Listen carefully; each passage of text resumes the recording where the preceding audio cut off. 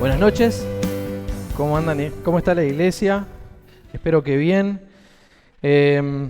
Hoy arrancamos una nueva serie acerca de varios reyes. Y pasa esto con la Biblia, de que la Biblia está llena de ejemplos de personas que fueron líderes admirables y que debemos imitar. Personas que han honrado a Dios con sus cargos, que fueron utilizados por el Espíritu de Dios y que hicieron grandes obras. Pero también la Biblia incluye ejemplos trágicos de líderes que no obedecieron los mandatos de Dios. Tal vez uno podríamos usar como ejemplo el que habló Ketty el domingo pasado, Sansón. Alguien que tuvo un llamado específico, pero que realmente podríamos decir que no siguió la guía del Espíritu o el consejo piadoso. Pero también de ellos podemos aprender, porque todo lo que está en la Biblia se escribió para nuestra enseñanza y para nuestro provecho. Yo hoy quiero hablarles y toca hablar acerca del rey Saúl. Saúl fue el primer rey de Israel y la Biblia habla aproximadamente 25 capítulos de él. Así que a veces Gustavo pide connivencia, yo voy a pedir que me tengan paciencia. No me tienen con ninguna Biblia, pero voy a tratar de abordar esto de una forma que tal vez también nos sea de enseñanza para nosotros. Pero bueno, para entender por qué él fue el primer rey de Israel, tenemos que entender que hasta ese momento sobre el pueblo de Israel gobernaban jueces. Los jueces fueron hombres y mujeres levantados por Dios después de la muerte de Josué, y tenía la función no solamente de liderar al pueblo, sino también de liberarlo de las opresiones extranjeras, restaurar la justicia, traer el orden y también recordarles los mandamientos que habían olvidado en ese tiempo. Esto lo vemos, por ejemplo, en Jueces 2:16, donde dice que Jehová levantó jueces que lo librasen de manos de los que le despojaban. Y algo que pasaba, un ciclo bastante recurrente sobre el periodo de los jueces, era que el pueblo pecaba, el pueblo de Israel pecaba, Dios le enviaba, no sé si está el gráfico, le enviaba una opresión extranjera para justamente ponerlos en aprietos. Este pueblo clamaba a Dios con desespero. Dios los liberaba mediante un juez, que podía ser, por ejemplo, Gedeón, como estuvimos viendo, que podía ser Débora, que podía ser Sansón, Otoniel, muchos otros más. Y cuando ellos eran liberados, de repente volvía la paz, el orden, ellos volvían a poner las enseñanzas de Dios por sobre todas las cosas, pero luego con el paso del tiempo recaían en la idolatría, volvían al pecado y se hacía un círculo vicioso, el cual ocurría en el libro de los jueces. Los últimos jueces fueron Samuel y sus hijos Joel y Abías. Y en ese tiempo, sobre el final del libro de los jueces, vamos a encontrar esta frase que está en el capítulo 21, versículo 25. Dice, en aquellos días no había rey en Israel. Cada uno hacía lo que bien le parecía. Pero el problema acá no era que ellos hacían bien su trabajo, sino que en realidad los hijos de Samuel, que fueron los últimos jueces, aceptaban sobornos y torcían la justicia. Entonces el pueblo dice, no queremos estar bajo el gobierno de ellos, entonces van a buscar a Samuel y le van a pedir un rey. Esto va a aparecer en 1 Samuel ya, el capítulo 8, y les va a decir, constitúyenos ahora un rey que nos juzgue como tienen todas las naciones. El pueblo de Israel ya estaba mirando a las otras naciones y veían que todas tenían rey menos ellos, entonces ellos van a pedir lo que tenían los demás. Y también va en 1 Samuel 8:20, van a decir, y nosotros seremos también como todas las naciones, y nuestro rey nos gobernará, y saldrá delante de nosotros y hará nuestras guerras. Cuando Samuel lleva esta petición delante del trono de Dios, Dios le va a decir, advertiles, es muy largo esto, no lo vamos a leer, pero que los reyes van a hacer con ellos lo que quieran. Ellos van a ser ahora siervos del rey. Y ellos igual insistieron, entonces Dios les va a decir a Samuel, hacé lo que te digan, oí la voz del pueblo en todo lo que te digan, y va a usar una expresión que creo que marca por qué lo de Saúl no fue tan bueno. Dice, porque no te han desechado a ti, sino que a mí me han desechado, para que no reine sobre ellos. Un Dios desechado por su propio pueblo. Es triste. Bueno, el pueblo de Israel tenía esta cosa de darle la espalda a su propio Dios y de hacer lo que bien les parecía. Ahora, Dios va a responder este pedido del pueblo de Israel y le va a decir, bueno, perfecto, les voy a dar un rey. Le dice a Samuel, Samuel, deciles que lo van a tener. Y acá entra en escena Saúl, el personaje que vamos a ver hoy, este varón, Saúl, hijo de Cis, varón de la tribu de Benjamín. En algún momento, ahí puse como el currículum vitae de Saúl, en algún momento él estaba buscando unas asnas perdidas con su siervo, y la Biblia va a destacar de él en 1 Samuel capítulo 9 versículo 2, va a decir que él era joven y hermoso. Entre los hijos de Israel no había otro más hermoso que él, de hombros para arriba sobrepasaba a cualquiera del pueblo. Entonces, luego de un gran estudio teológico y profundo, descubrí que el tipo era alto y fachero. ¿Bien? En ese tiempo, la altura era un detalle, era muy importante, y el tipo cumplía con esto, y Dios lo va a elegir. Ahora bien, al no encontrar las asnas, su criado le va a decir, che, vayamos a preguntarle a un hombre que está acá cerca, que es un hombre de Dios, él nos puede dar algún indicio. Se estaba refiriendo a Samuel. Samuel estaba en las cercanías, y Dios ya se había adelantado y le había dicho a Samuel, 1 Samuel 9:16, mañana a esta misma hora enviaré a ti un hombre de la tierra de Benjamín, y él salvará a mi pueblo de la mano de los filisteos. Dios le va a confirmar esto. Saúl se va a encontrar con Samuel, y es ahí cuando Samuel lo va a ungir como rey. Esto que se hacía, que se le ponía aceite sobre la cabeza, y lo va a sentar en su mesa, en la parte de la mesa donde se sentaba la gente de más valor. Saúl iba a estar sorprendido y él le va a decir, pero ¿por qué yo? Si soy el de la tribu más pequeña que hay. Esto aparece textualmente en la Biblia. Y Samuel lo va a ungir en privado y le va a decir, ¿no te ha ungido el Señor por príncipe sobre su pueblo Israel? Luego Saúl no va a querer, se va a esconder entre el equipaje, pero al ser presentado el pueblo finalmente va a clamar, viva el rey. Y Saúl llega a ser rey. Se deja la etapa de los jueces y ahora va a haber un rey, un monarca, con toda la autoridad sobre el pueblo de Israel.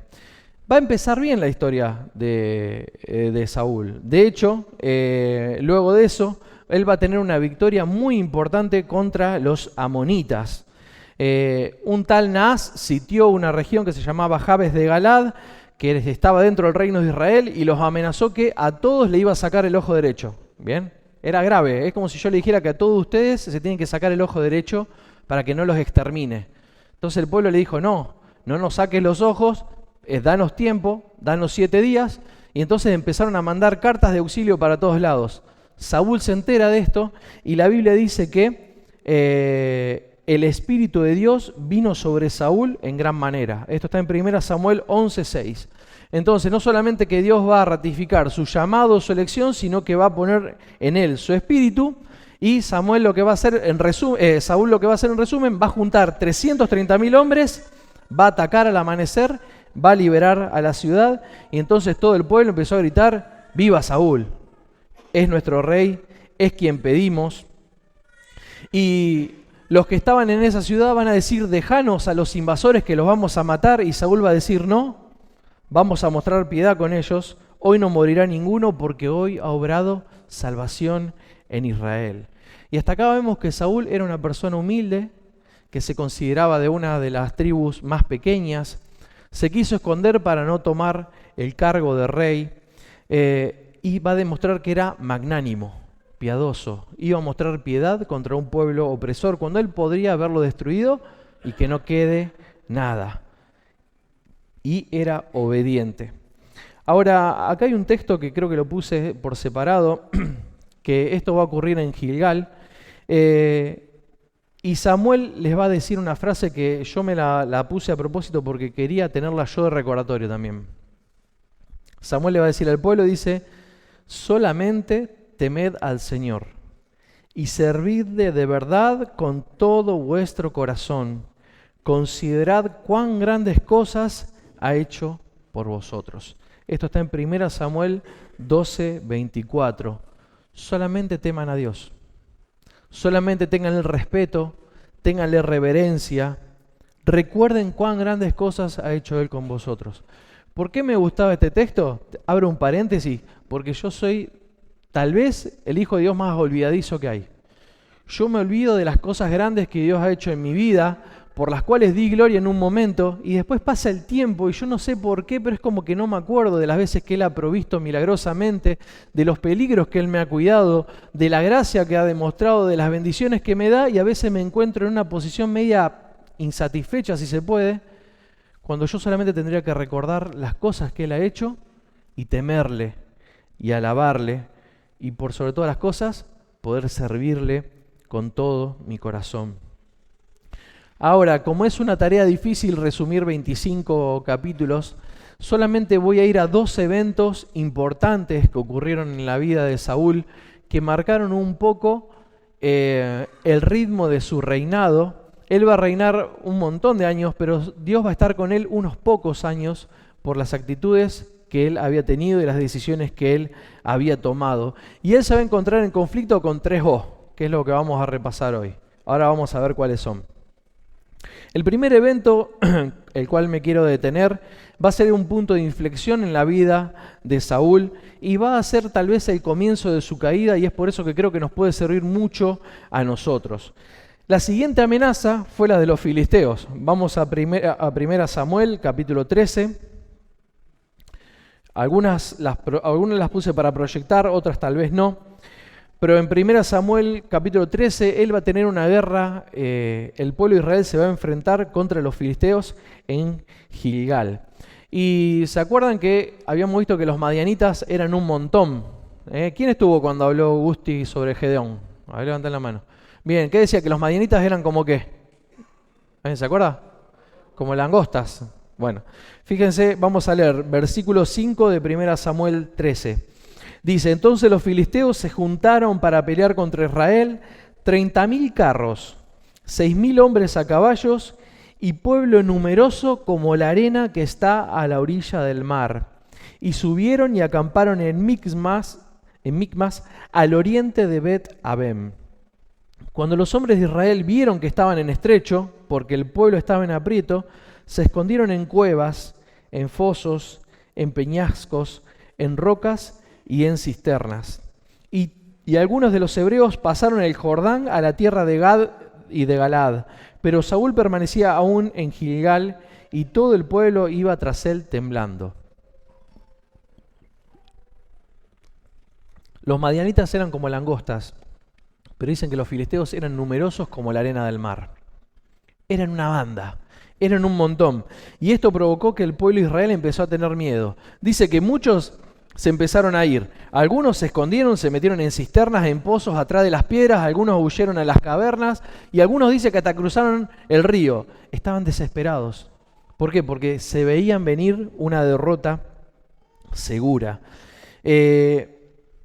Y acá viene tal vez la primer prueba de Saúl. Porque Samuel le va a decir a Saúl en 1 Samuel 18, dijo, luego bajarás delante de mí a Gilgal y entonces descenderé a ti para ofrecer holocaustos y sacrificar ofrendas. Espera 7 días hasta que yo venga a ti y te enseñe lo que has de hacer. La orden era bastante simple. Samuel le dijo, espera ¿cuántos días? 7. ¿Qué pasa? Saúl va a esperar 7 días y ahí empezó ya la ansiedad. Empezó el problema, se le estaba yendo todo el pueblo, estaba quedando solo, entonces él agarró y le pareció algo lógico no esperar más a Samuel y ofrecer él los sacrificios y las ofrendas de holocausto. A todo esto llega Samuel inmediatamente, esto está en 1 Samuel 13, versículo 13, y lo va a retar. Saúl se va a excusar, como muchas veces hacemos nosotros, de agarrar y defendernos como podemos, pero Samuel lo va a retar de una forma bastante vehemente. Fíjate lo que le dice en el versículo 13. Entonces Samuel le dijo, has hecho locamente, no guardaste el mandamiento del Señor tu Dios, y al final del versículo dice, ahora tu reino no perdurará. Acá empieza la sentencia de parte de Samuel, que obviamente también era de parte de Dios, sobre el reinado de Saúl. Y Saúl va a entrar en conflicto con tres O: con el orden, con el orgullo y con la obediencia. Y esas son las tres cosas que yo veía que Saúl se enfrentó y obviamente falló. Lo primero es el orden. Nosotros sabemos y vemos a través de la Biblia que Dios establece un orden no solamente en lo creado, sino que también establece autoridades, establece orden en los reinados y también incluso en nuestra vida. La Biblia a nosotros nos enseña a ser ordenados, no solamente en nuestra vida espiritual, sino también en nuestro matrimonio, en nuestra familia, en nuestros ministerios, en la iglesia, en nuestro trabajo. Al hombre que es creyente sabe, y a la mujer que es creyente, saben que deben ordenarse y trabajar en forma ordenada, porque Dios es un Dios de orden. Dios ha hecho un orden en el universo donde todas las cosas están funcionando en forma correcta. Desde la creación lo vemos en el mundo durante todos esos días, durante Dios creaba en forma meticulosa lo que nosotros hoy podemos ver. Lo vemos en nuestros cuerpos cuando todo funciona perfecto como un relojito hasta que algo empieza a fallar y ahí hay una serie de desequilibrios que se empiezan a disparar. Dios es un Dios de orden. Lo vemos también en la Biblia, donde a través del tiempo Dios ha inspirado a hombres de distintos lugares de la tierra en distintos momentos y todo ha tenido un hilo conductor perfecto. Y en la Biblia aparece el pasaje de 1 Corintios 14, donde dice que Dios no es un Dios de confusión, sino de paz. La versión que más estamos usando últimamente, la NTV, dice que Dios no es un Dios de desorden. Y ese texto nos debería servir. El contexto inmediato también tal vez está hablando de otra cosa. En el contexto inmediato ahí de 1 Corintios 14 está hablando del uso de dones, del orden en los cultos. Lo menciono para que no quiero sacar el texto fuera de contexto. Pero está hablando de que había hermanos en Corinto que utilizaban sus dones y lo hacían en forma desordenada. Y yo pensaba que aplicaba igualmente, porque aunque los hermanos en Corinto tal vez tenían motivaciones correctas, estaban haciendo las cosas mal y es por eso que Pablo los va a retar con su carta. Le va a decir, hagan las cosas ordenadamente. Y es como lo que estaba haciendo Saúl. La motivación de Saúl no era incorrecta. Lo estaban por ganar, le estaban por correr. Había un pueblo delante de él numeroso como la arena del mar. Se les iban todos y lo lógico hubiera sido lo que hizo él. Pero él interrumpió el orden establecido por Dios. Y en este caso el orden era sencillo. Él tenía que esperar a Samuel, el profeta, el que iba a oficiar de sacerdote, al cual Dios le había dado a Saúl incluso el poder que tenía en primer lugar. Y el versículo completo 13 de 1 Samuel 13:13 dice, locamente has hecho. Una locura lo que hiciste. No guardaste el mandamiento de Jehová tu Dios que él te había ordenado, pues ahora Jehová hubiera confirmado tu reino sobre Israel para siempre. Mas ahora tu reino no será duradero. Jehová se ha buscado un varón conforme a su corazón, el cual Jehová ha designado para que sea príncipe sobre su pueblo, por cuanto tú no has guardado lo que Jehová te mandó. Saúl desesperó, escuchó la voz del pueblo, vio la circunstancia, empezó a ahogarse y hizo caso a su corazón. Se llenó de excusas para desobedecer y Dios iba a buscarse a alguien para reemplazarlo, alguien que tuviera el corazón conforme al de Dios. ¿Quién era? Bueno, spoiler para el domingo, no voy a hablar más. Vengan el domingo que viene que se viene todo lo que no voy a tratar de no decir nada. Pero primero Saúl se va a encontrar con el problema del orden. La paz se había interrumpido, la confusión había reinado y él tomó una mala decisión. Pero la segunda O con la cual Saúl se va a enfrentar es el orgullo. Para ese momento él ya era un rey reconocido, poderoso, y había llevado a cabo grandes hazañas como la que te dije. Y eso tal vez lo llevó a pensar que él ya no tenía que depender de nadie. Tal vez la arrogancia empezó a ganar en su corazón. Y se pensó que él podía intervenir hasta delante de la presencia de Dios con la forma que él quería. Y en esta actitud arrogante, él intenta tomar un rol que Dios no le había dado. Ojo, las motivaciones tal vez eran correctas. ¿Por qué te digo esto? Porque muchas veces nosotros podemos ponernos excusas para hacer cosas que no debemos. El orgullo, hay muchos sinónimos, les menciono algunos: altivez, autoexaltación, autosuficiencia, arrogancia, rebeldía, autojustificación. Vos sabés que el orgullo es tal vez uno de los peores pecados que a veces no hablamos. Bueno, justo hoy lo hablamos en la clase. Pero es silencioso y es mortal. ¿Por qué? Porque trabaja en el corazón del hombre, seduciéndolo de tal forma que el hombre se piensa mejor, no solamente que los demás, sino que a veces hasta Dios mismo. Y empieza a generar en él una arrogancia que lo llevó a Saúl a hacer algo que a él no le correspondía. Se pueden meter en nuestras familias, se pueden meter en nuestro hogar, se pueden meter en nuestros ministerios.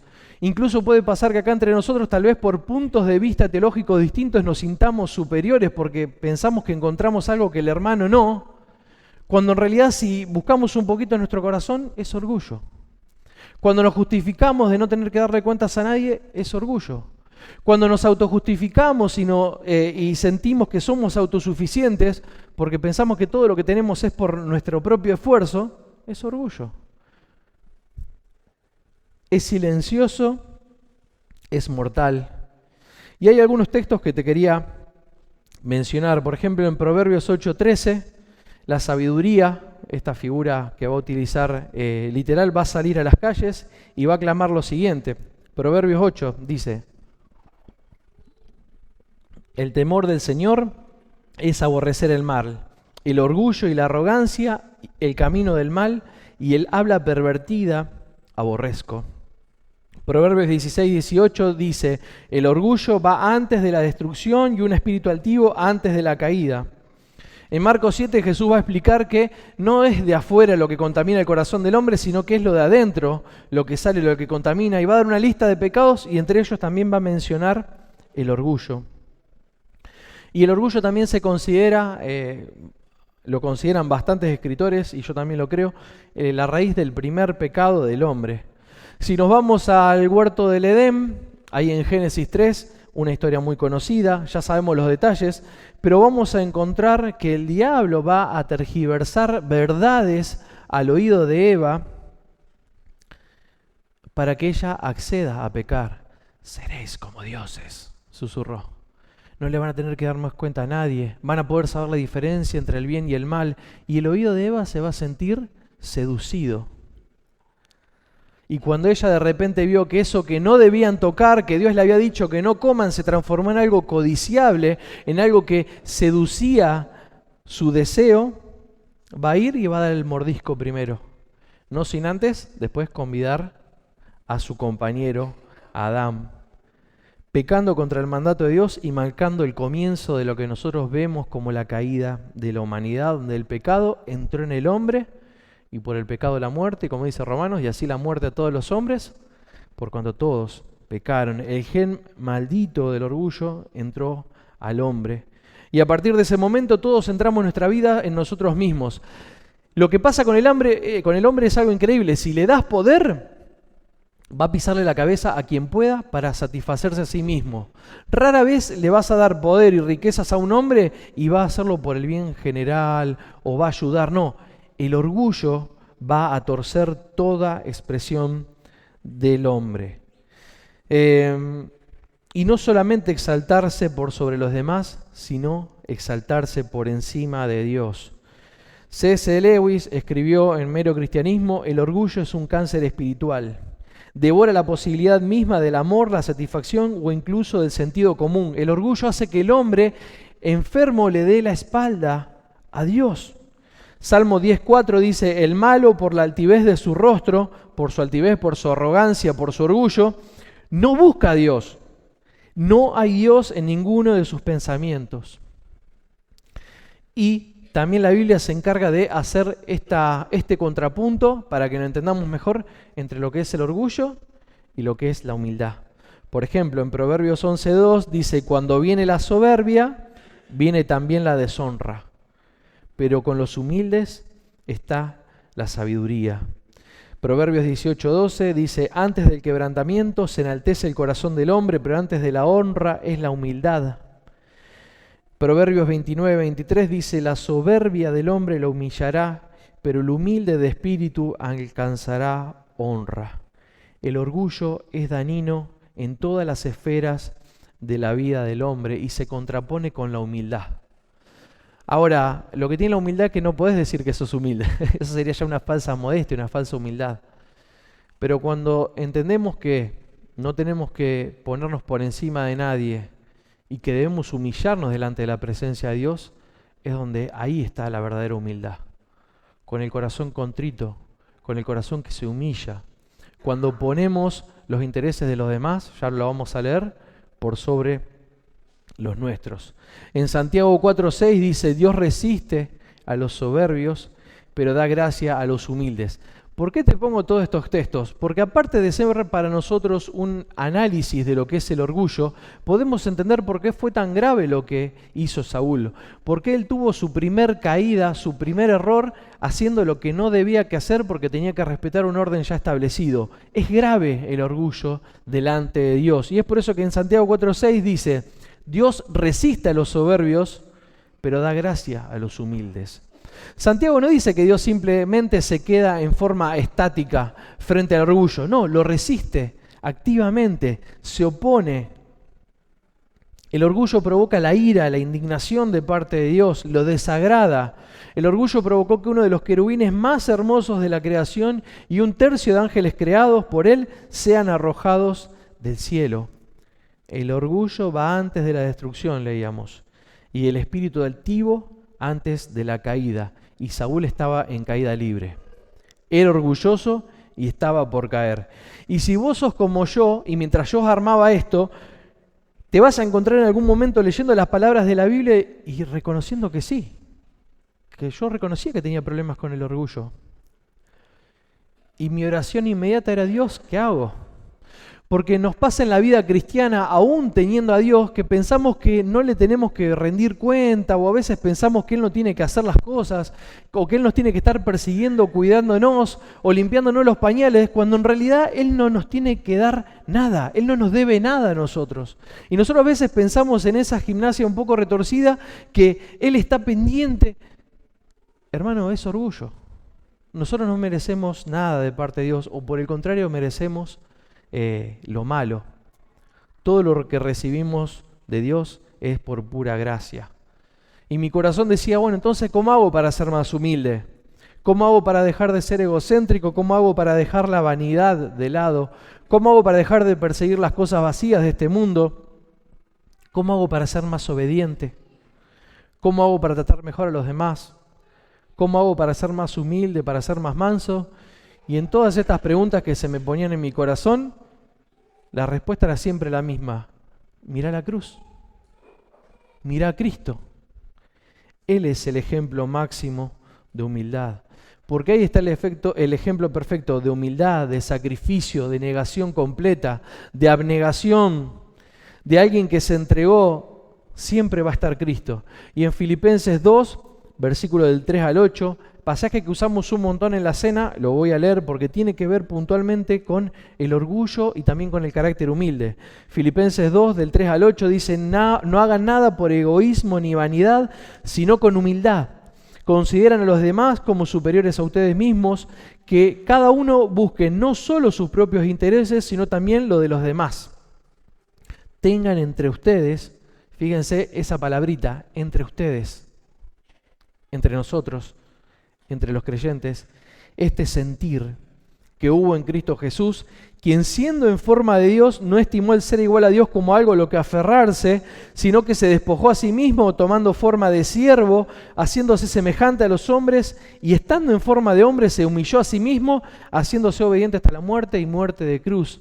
Y hoy cantábamos una canción que habla acerca de Cristo, de cómo Él se humilló. Si hay alguien que podía jactarse de la sabiduría, si hay alguien que podía jactarse de tener el poder supremo, si hay alguien que podía jactarse de estar por encima de todo, era Jesús, era el Hijo de Dios. Y sin embargo, la Biblia, Pablo le va a decir a los hermanos en Filipo, dice: pero hayan ustedes un sentir distinto. No piensen mejor que son mejores que otras personas, no piensen que son arrogantes, no piensen nada, sino vean a Jesús, que Él se humilló hasta la muerte. Y si bien Él tenía argumentos para hacerlo, porque Él era igual a Dios, Él no tomó eso como un argumento, sino que al contrario fue a una cruz que te puedo asegurar que aparte de dolorosa y sangrienta, era denigrante, era humillante. Y sin embargo, Él fue hasta la muerte y muerte de cruz. ¿Pero por qué Cristo va a la cruz? Para perdonar nuestros pecados, para poder salvarnos, para agarrarnos a nosotros que teníamos el orgullo y que no podíamos mirar otra cosa más que nosotros mismos, que podamos mirarle a Él y buscarle y Él pueda cambiar nuestras vidas. En la cruz está el Cordero que es manso, que es obediente, que es santo, que no abrió su boca ni siquiera para defenderse, el que cargó con nuestro pecado, con nuestra soberbia, con nuestro orgullo, con nuestra dureza de cerviz. El Cordero que se humilló hasta lo más profundo por amor. Y Pablo va a escribir en Gálatas, uno de los textos más hermosos, dice en Gálatas 6:14, pero lejos esté de mí gloriarme, sino en la cruz de nuestro Señor Jesucristo. Hermano, no hay lugar para el orgullo en la vida del creyente. No debería haberlo, porque en nada podemos gloriarnos. Primera Pedro dice que toda la gloria del hombre es vacía. ¿De qué se puede jactar el hombre? ¿De las riquezas? Cuando se vaya no puede llevar nada. ¿Qué se puede jactar el hombre? ¿Acerca de la sabiduría? Te puedo asegurar que hay siempre alguien en el otro lado del continente que sabe más. ¿De qué nos vamos a jactar? De nada. Solamente nos podemos gloriar en la cruz de Cristo. Esa cruz que representa ignominia, rechazo, dolor, sacrificio. Y hay un himno que cantamos que el coro dice: gloriaréme solo en la cruz. ¿Lo saben? ¿Vamos a cantarlo? Gloriaréme solo en la cruz, en sus triunfos mi gozo será, y en el día de eterna salud, mi corona Jesús me dará. Y este himno, ¿sabe por qué me gusta? Porque tengo siempre la imagen del futbolista. ¿Viste el que es hincha de fútbol? El tipo va, se pone la camiseta, va a la cancha, se transpira, está tal vez horas haciendo la fila y cuando mete el gol lo festeja como si el gol fuera suyo. No sé si pasó eso. A mí me ha pasado a encontrarme gritando un gol y te puedo asegurar que yo no tuve nada que ver. O sea, yo estaba en Rosario en un tele mirando el partido y salí campeón. Bueno, ¿sabés qué? Con Cristo sí, esto es razonable. ¿Por qué? Porque Él fue el que se la jugó por mí. Él fue a la cancha, Él es el que mete el gol y yo puedo festejar. Yo sí me puedo gloriar. Puedo gloriarme en la cruz y su victoria es mía por la fe. ¿Entendemos lo grandioso de eso? Y a veces cuando veo a los hinchas, viste, ahí gritando, digo, yo soy ese, pero en lo espiritual. ¿Por qué? Porque me siento que gané. Y la cruz me invita a dejar todo y a humillarme, a pedir perdón, a arrepentirme, a poner mis pecados a los pies de la cruz y de rodillas a entregarme, porque de nada puedo gloriarme, sino en la cruz. El segundo evento que va a pasar en la vida de Saúl, el primero lo va a poner en conflicto con el orden y con el orgullo, y el segundo lo va a poner en conflicto con otra O. Fíjate lo que pasa en 1 Samuel capítulo 15. Acá se va a encontrar con una segunda oportunidad, porque ¿qué le había dicho Samuel a Saúl? Le dijo, tu reino no perdurará. Dice, si hubieras obedecido, tu reino iba a durar para siempre. No sé si, obviamente no para siempre, pero un montón de tiempo. Y de hecho el reino de Saúl va a durar unos 40, algo así de años, pero Dios va a estar con él unos poquitos años por cómo él se manejaba. Pero fíjate lo que dice en 1 Samuel capítulo 15, versículo 1. Dice, después Samuel le dijo a Saúl, Jehová me envió a que te ungiese por rey sobre su pueblo Israel. Ahora pues, está atento a las palabras de Jehová. Así ha dicho Jehová de los ejércitos, yo castigaré lo que hizo Amalec a Israel, al oponérsele él en el camino cuando subía de Egipto. Ve pues y hiere a Amalec y destruye todo lo que tiene y no te apiades de él. Mata a mujeres, niños, hombres y aún a los de pecho, vacas, ovejas, camellos y asnos. Saúl pues convocó al pueblo y les pasó revista en Telaim 200.000 de a pie y 10.000 hombres de Judá. Dios le va a pedir a Saúl que tome a su ejército y que enfrente a Amalec. Y la historia con Amalec no venía desde ahí, sino que venía desde hace un tiempo atrás, porque Amalec tenía una forma bastante siniestra de atacar al pueblo de Israel. Esto aparece en Deuteronomio 25.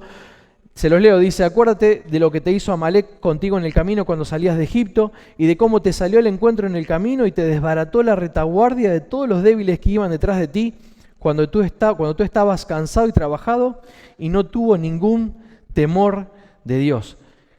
El pueblo de Amalec era terrible. Dicen que cuando estaba el pueblo movilizándose, ellos iban por atrás y atacaban a los más débiles. Se metían por la retaguardia, por el área que tal vez no estaba más vigilada o por el cual donde estaban los débiles y los mataba. Y es por esto, y entre otras cosas, de que la Biblia va a decir que este pueblo no tenía temor de Dios y por eso era un pueblo peligroso y también miserable. Ahora Dios le va a decir: andá y destruí a Amalec y no dejes nada, pero nada. Ahora fíjate lo que pasa en el versículo 7. Dice: y Saúl derrotó a los amalecitas desde Avila hasta llegar a Shur, que está al oriente de Egipto, y tomó vivo a Agag, rey de Amalec, pero a todo el pueblo mató a filo de espada. Y Saúl y el pueblo perdonaron a Agag y a lo mejor de las ovejas y del ganado mayor y de los animales engordados y de los carneros y de todo lo bueno, y no lo quisieron destruir, mas a todo lo que era vil y despreciable destruyeron. Todo aquello que no servía lo destruyeron. Pero ¿qué pasó? Dejaron con vida ¿a quién? Al rey de Amalec, a Agag. Y no solamente eso, sino que se quedó con algunas cosas más que ahí menciona como el ganado, los carneros, lo que a él le parecía que era útil. Otra vez, las motivaciones, viste, parecían como medias correctas. Vos decías: ¿para qué vamos a matar tantos animales? Quedémoslo. ¿Para qué vamos a matar a todos? Quedémonos con el rey, que tal vez no pueda servir en diplomacia. No sé qué pasó por la cabeza de Saúl en ese momento. Pero él va a desobedecer esta orden directa de parte de Dios. Y entonces le va a enviar nuevamente a Samuel, pobre Samuel. ¿Viste? Cada vez que Saúl se mandaba una, Samuel. Y fíjate lo que le va a decir. El versículo 17 del capítulo 15 de 1 Samuel. Dice: y dijo Samuel: aunque eras pequeño en tus propios ojos. Acá está reconociendo de que en un momento era tal vez humilde. Dice: ¿no has sido hecho jefe de la tribu de Israel y Jehová te ha ungido por rey sobre Israel?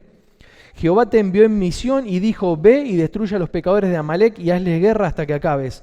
¿Por qué pues no has oído la voz de Jehová, sino que has vuelto al botín y has hecho lo malo ante los ojos de Jehová?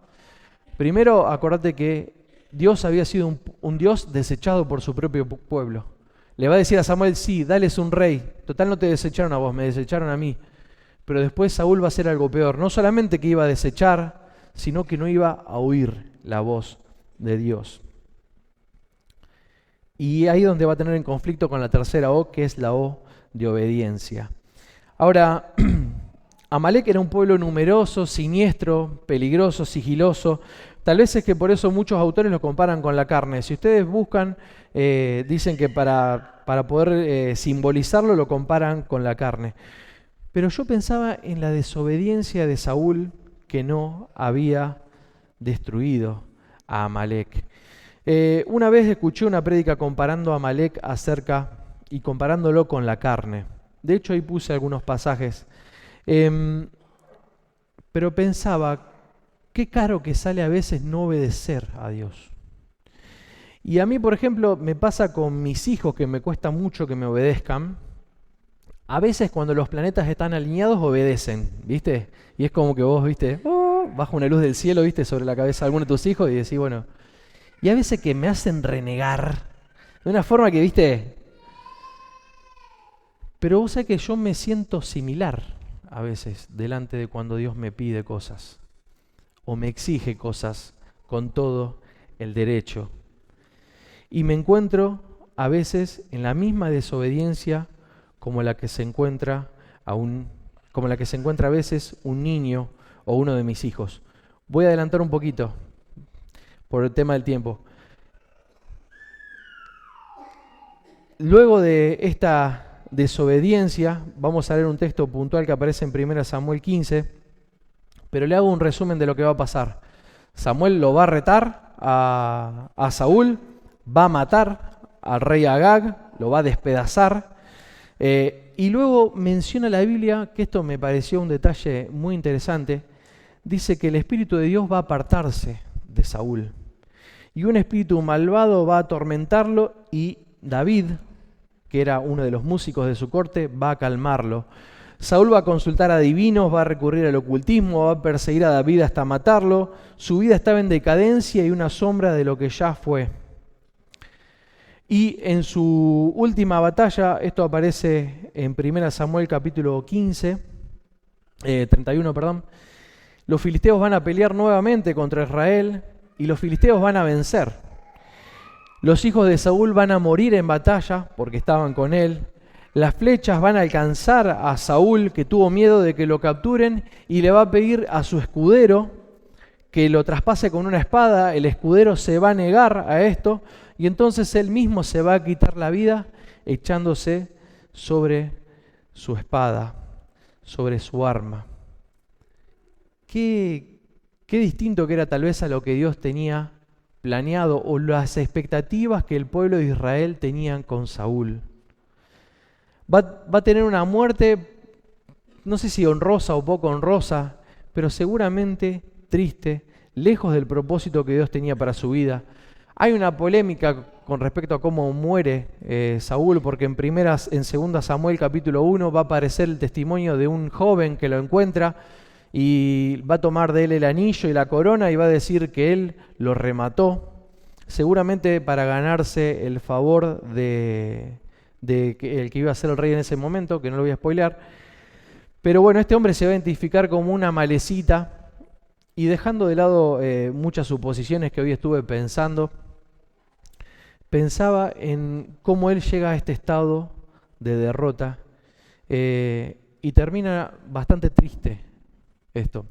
Pero fíjate, me guardé para el final este versículo, 1 Samuel 15, 22.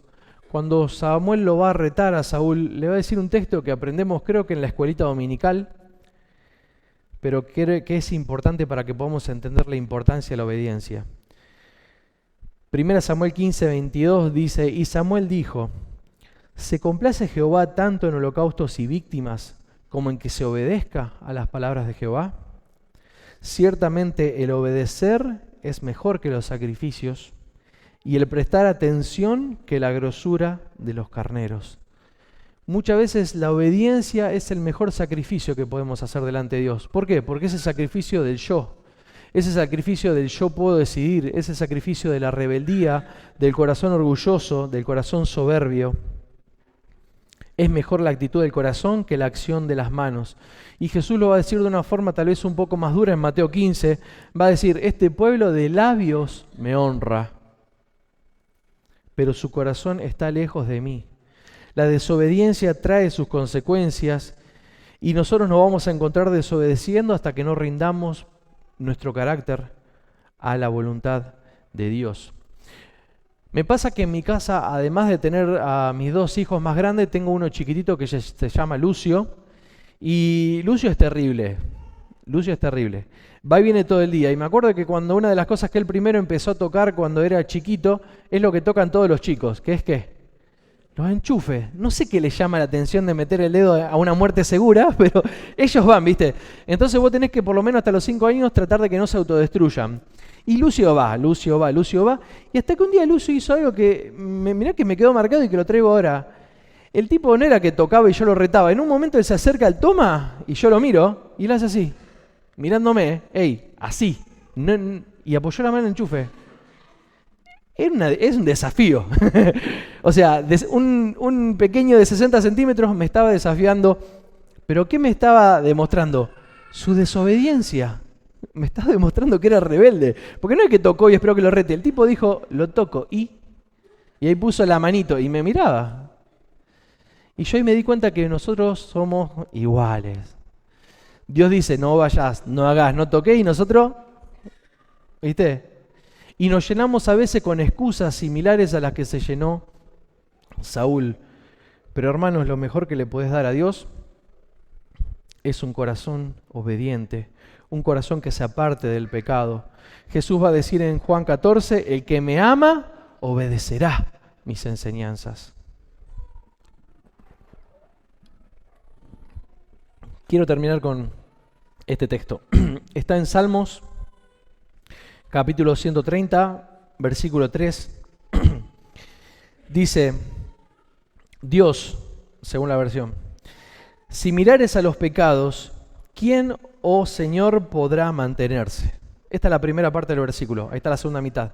Pero lo que el salmista está diciendo, Dios, si solamente mirares a los pecados del hombre, ¿quién puede quedar en pie? ¿Quién se puede defender? ¿Quién puede? Nadie. Esa sería la respuesta que está tácita metida ahí, implícita. Imagínatelo de esta forma. Imagínate si vos pudieras conectarte arriba de tu cabeza a un televisor y que estuviera conectada todo el día a tus pensamientos. No hay chance de que pases esa prueba. Va a pasar pensamientos que no querés que nadie vea.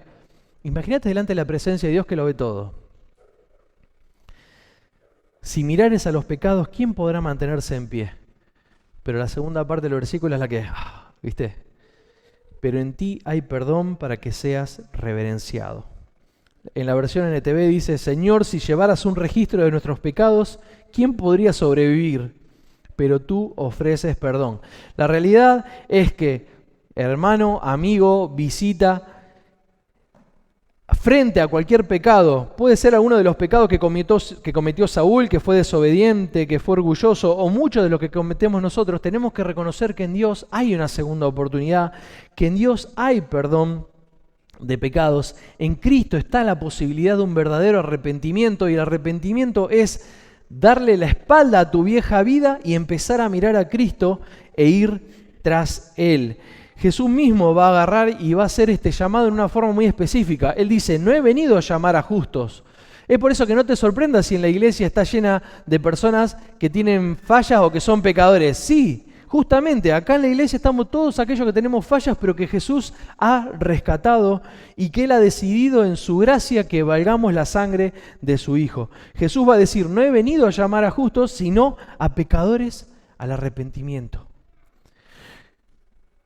La obra de Cristo mientras Él estuvo en la tierra, sanaba, sacaba demonios, predicaba, pero llevaba a la gente al arrepentimiento. Los perdonaba, los salvaba. Y Jesús va a encontrarse con un hombre muy particular en algún momento de sus recorridas. Y esto también lo vi en la escuela dominical. Él se va a encontrar con un cobrador de impuestos, una persona que en ese momento en la Biblia era muy mal visto, no solamente porque cobraban de más y hacían ganancias deshonestas, sino que eran personas que eran sacadas del mismo pueblo para cobrarle impuestos a los suyos. O sea, es un garrón. Está bien que le tengan bronca. ¿Y qué pasa? Va a estar este jefe de publicanos de poca estatura. ¿Alguien se acuerda cómo es el nombre? Zaqueo. Yo esto me acuerdo desde que iba a la escueleta dominical, esta historia.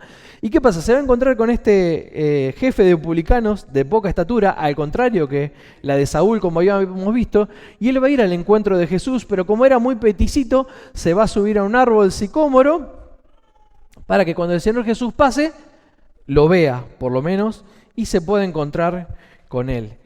Y fíjate, esto va a pasar en Lucas 19, va a decir, y cuando Jesús llegó al lugar, lo vio. No se le escapa nada a Jesús. Es más, a los que le gusta buscar en la Biblia, busquen las veces donde Jesús prestó atención con la vista, miró. Son momentos en los que me imagino que la mirada del Señor Jesús dice, miró, otra versión dice, miró hacia arriba y le dijo, Zaqueo, date prisa y desciende porque hoy debo quedarme en tu casa. Entonces él se apresuró a descender y le recibió con gozo. ¿Qué le dijo? Zaqueo, bajá. Zaqueo, vení. Que hoy debo hospedarme, hoy debo quedarme, hoy debo estar en tu casa. Jesús tenía estas formas tan humanas y tan cotidianas de ver a las personas y de saber lo que había en el corazón. Y lo mismo que quiso hacer con Zaqueo es lo que quiere hacer con nosotros. Bajate donde estás, que quiero entrar a tu casa, quiero entrar a tu vida. Quiero tener el control, quiero ser el Señor. No quiero ser solamente el Salvador. Y Él no le interesa tu reputación, sino que a Él le interesa tu vida. Tu vida es tan valiosa que Dios mismo puso a su Hijo en una cruz para pagar el precio de los pecados que a vos y a mí nos merecían la muerte. Y cuando el Señor Jesús lo llama a Zaqueo para que baje el árbol, muchos murmuraban diciendo: ¡ja! Se fue con un pecador. El Señor Jesús estuvo entre pecadores. De hecho, siempre hago el ejercicio de dónde estaría Jesús si estuviera ahora entre nosotros. ¿Estaría acá adentro? ¿O estaría afuera? Muchos de los que estaban ahí alrededor de él le decían: esto es injusto. Y el problema con la justicia es que si nosotros vamos y le pedimos justicia a Dios, la justicia con respecto a nuestros pecados es bastante clara. La paga del pecado es muerte. Ya está escrito eso. No hay forma. Si tenemos pecado en nuestro corazón, merecemos la muerte. Si la paga del pecado es la muerte, entonces la justicia ya está servida para el hombre, porque pecamos. Pero el texto que leíamos es hermoso. Pero en Él hay perdón. Pero en Él hay gracia, en Él hay misericordia. Y esa es la buena noticia. Palabra fiel y digna de ser recibida por todos. Cristo Jesús vino al mundo a salvarnos. Porque de tal manera amó Dios al mundo que ha dado a su Hijo unigénito, para que todo aquel que en Él cree no se pierda, mas tenga vida eterna. ¿Por qué le es difícil al hombre creer en Dios? Por su orgullo. Porque pensamos de repente que no la sabemos más, que pensamos que esto que no podemos ver con los ojos no existe, pero sin embargo Dios sigue llamando al arrepentimiento, sigue llamando en su misericordia, para que todo aquel que ponga su fe en Él, y te puedo asegurar, abro un paréntesis, que nosotros ponemos la fe en cualquier cosa, hermanos. Confiamos en cualquier cosa, pero bendito aquel que pone su fe en el Hijo de Dios. El que pone su fe, aunque no entienda muchas cosas, como yo cuando fui a Cristo de niño, no entendía nada, pero yo sí entendía que tenía que ir al Salvador. Que mis pecados no eran algo con lo cual yo podía jugar y que tenía que ir, abrazarlo como si estuviera en el medio de una tormenta y agarrarlo y no soltarlo porque Él era mi solución, mi salida, mi alternativa. Para que todo aquel que en Él cree no se pierda, mas tenga vida eterna. Dios dio a su Hijo ¿para qué? Para que todo aquel que en Él cree, los pecados sean perdonados. Para que todo aquel que en Él cree tenga una nueva oportunidad. Para que todo aquel que en Él cree deje un camino de orgullo, un camino de desobediencia, un camino de perversidad y pueda encontrarse con Dios. ¿Por qué el hombre es infeliz? Porque en su orgullo se piensa que él puede generar su propia felicidad. Cuando nosotros, o yo, después de mucho tiempo me di cuenta que la verdadera felicidad se encuentra en Cristo. El verdadero sentido de la vida se encuentra en Cristo. Y desde que pude entender esto, simplemente quise abrazar la gracia, porque en Dios hay gracia, en Cristo hay perdón de pecados a través de su sangre. ¿Y vos sabés lo que pasó con Zaqueo después de ese encuentro con el Señor Jesús?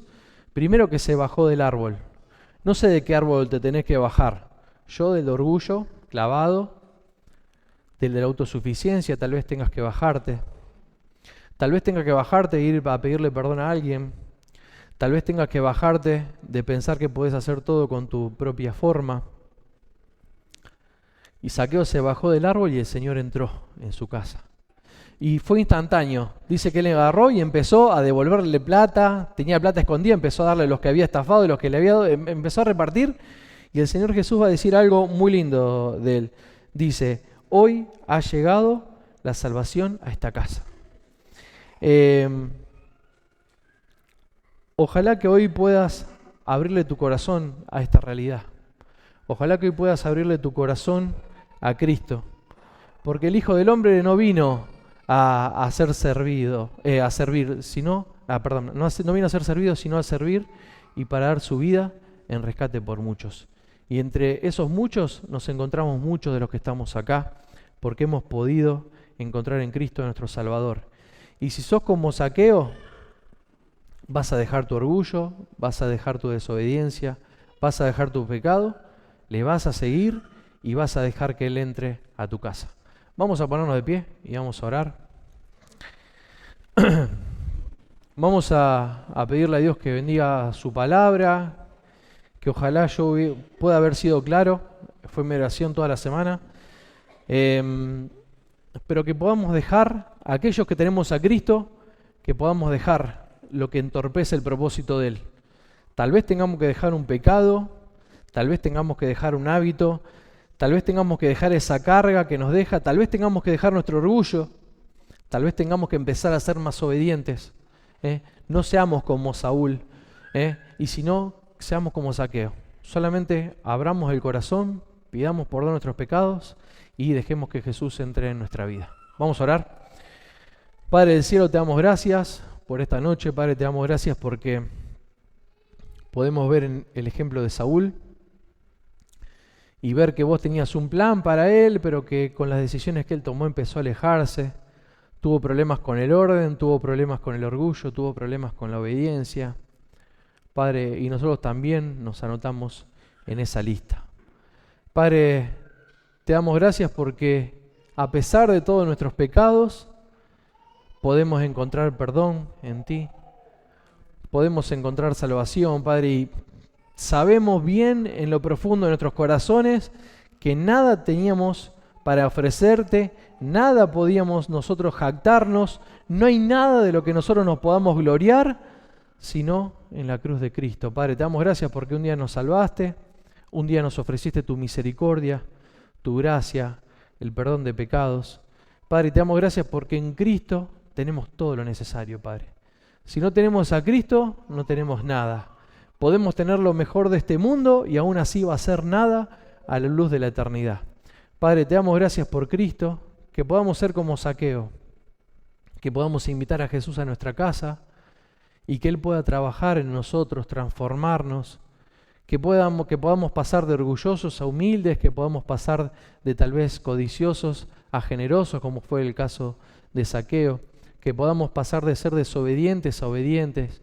Padre, que te podamos entregar todas aquellas cosas de las cuales nos jactamos, porque nada podemos hacer delante de tu presencia, sino humillarnos. Padre, te damos gracias por tu iglesia, te damos gracias por este momento con tu palabra.